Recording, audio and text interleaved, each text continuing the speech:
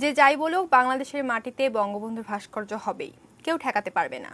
মঙ্গলবার মৌলবাদ ও সাম্প্রদায়িকতা বিরোধী এক মানববন্ধন থেকে এমন অঙ্গীকারের কথা উচ্চারিত হলো।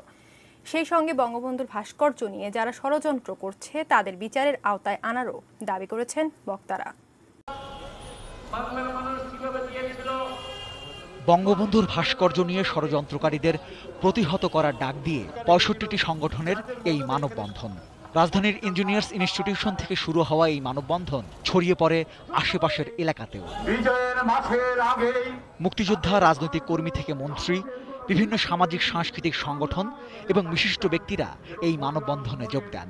ভাস্কর্য অমুসলমান রাষ্ট্র না, মুসলিম অধ্যুষিত প্রায় সব রাষ্ট্রেই আছে, এমনকি আপনাদের সাদের পাকিস্তানে আছে, অন্যান্য দেশে আছে, সৌদি আরবে আছে।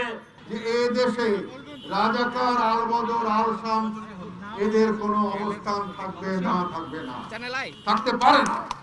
জাতির জনক ও বাংলাদেশের সংবিধানকে অবমাননা করা মৌলবাদী শক্তির বিরুদ্ধে এখনই যদি রুখে দাঁড়ানো না যায়, তাহলে এর বড় মূল্য চুকাতে হবে বলেও সতর্ক করে দেন বক্তারা। আমরা দুরন্তকে এখান থেকে অপসারণ করেছি, লাবণ্যের ভাস্কর্য অপসারণ করেছি বিমানবন্দরের সামনে থেকে।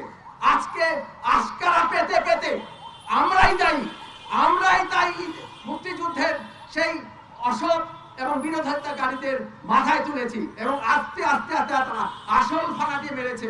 আসল ফানাটি হলো বঙ্গবন্ধুকে নিয়ে কথা বলেছে। আজকে সবাই ঐক্যবদ্ধ হয়ে আমরা বলি, ওরা হচ্ছে ধর্ম নিয়ে ব্যবসা করছে, ওরা ধর্ম নিয়ে ছল চাতুরি করছে, আমরা এই ছল চাতুরি হতে দেব না।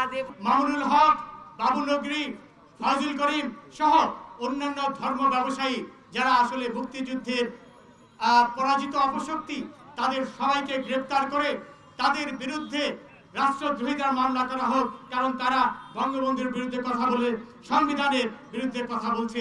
তারা বললেন, বাংলাদেশের মাটিতে বঙ্গবন্ধুর ভাস্কর্য নির্মাণ করা হবেই, কোনো অপশক্তির কাছে মাথা নত করবে না এদেশের মানুষ।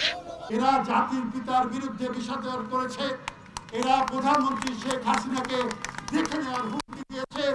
এদেরকে গ্রেফতার করুন এবং আইনের শাসনে এনে তাদের বিচারের ব্যবস্থা করুন এবং শাস্তির বিধান করুন। সারা বিশ্বে যত জাতির পিতা রয়েছে সকলের ভাস্কর্য রয়েছে। আমাদের লজ্জার বিষয় যে আমরা আমাদের জাতির পিতার ভাস্কর্য এখন পর্যন্ত করতে পারিনি, কিন্তু এখন সময় এসেছে অবশ্যই এই ভাস্কর্য কেউ থামাতে পারবে না ইনশাআল্লাহ। মানববন্ধন শেষে শিখা চিরন্তনে ফুল দিয়ে শ্রদ্ধা জানানো হয়। Rezon Foyez, ATN news, Dhaka.